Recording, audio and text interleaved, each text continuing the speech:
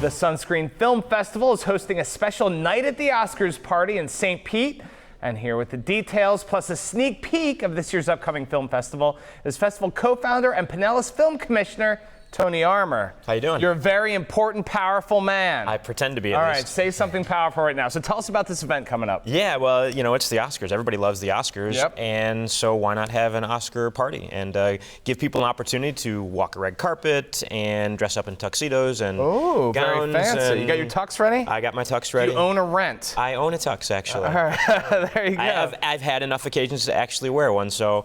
I bet. So I own it. You're a powerful dude. All right, so what else? So we're going to watch. There's going to be food there. Yeah, so full catered meal. 400 Beach in St. Pete is catering the event. Which Really? is great. Very yeah. nice, right by my house. Yeah, All right. so really great food. 25-foot screen to watch the Oscars. Available to the public. They can go to sunscreenfilmfestival.com, right? Yep, and you just buy tickets, and then along with the tickets to this event, you actually are going to get a ticket to the film festival itself, which is coming up in April, last week. And so what do we have going on there? Yeah, well, those films are going to be announced on March 20th, and there's a lot of... How many?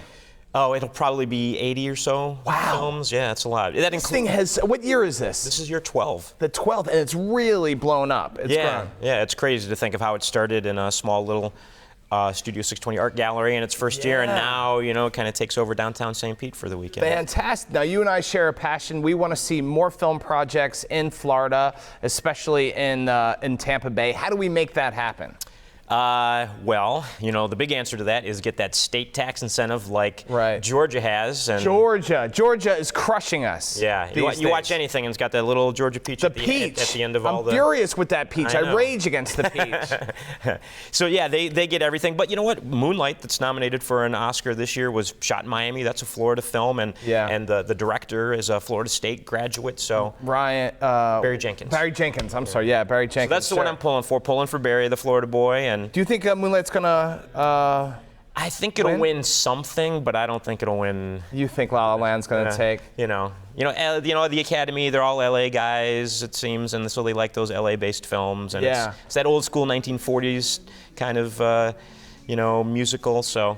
Yeah, I had a great I loved it. I absolutely loved it. We have some dancers coming up in a little bit. They're gonna show some moves from La La Land. But again, getting back to the thing about how do we, I don't want to say steal, but how do we kind of get some of these film projects down here? How do you convince the state that this is a good thing for us? Yeah, it's interesting. I mean, when it comes to politicians, it's anybody's guess on how you can convince them to do anything at all. Right. But all you have to do is look at what Georgia is doing. Look at what they do in England with UK. That's where they shoot all the Star Wars films. Yeah, Pinewood. Pinewood Studios. Yeah. They've got a great tax program. Canada, they shoot a million things in Canada, and it's just the way the business works. If you want to compete, that's what you got to do. So movies that are, I guess Tim Burton was here, right? Yeah, we had the Tim Burton film, Miss Peregrine's. Yeah. Yep.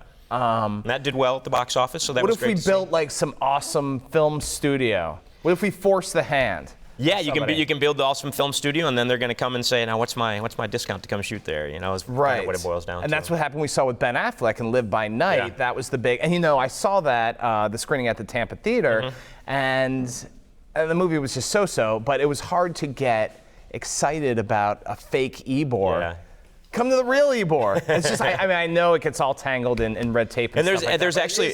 You have this amazingly beautiful state that's conducive to so many different film sets and scenes and environments. We have city, we have country, we have beach, Yeah, and so kind of one of the things that I concentrate on with the Film Commission now is maybe getting those smaller films, those films that are like a Moonlight that don't have those huge, $20, $50 million budgets, because those smaller ones you can get. So I've been working hard on trying to get a bunch of those. There's some things in the works. Can't say anything yet, but... Yeah, well, that's great. I love talking about this stuff. All right, so we have the party this Sunday. Yes. All right, everyone's welcome. Here's your information right here. This Sunday, Oscar 2017 Sunday from 7:30 to 11:30.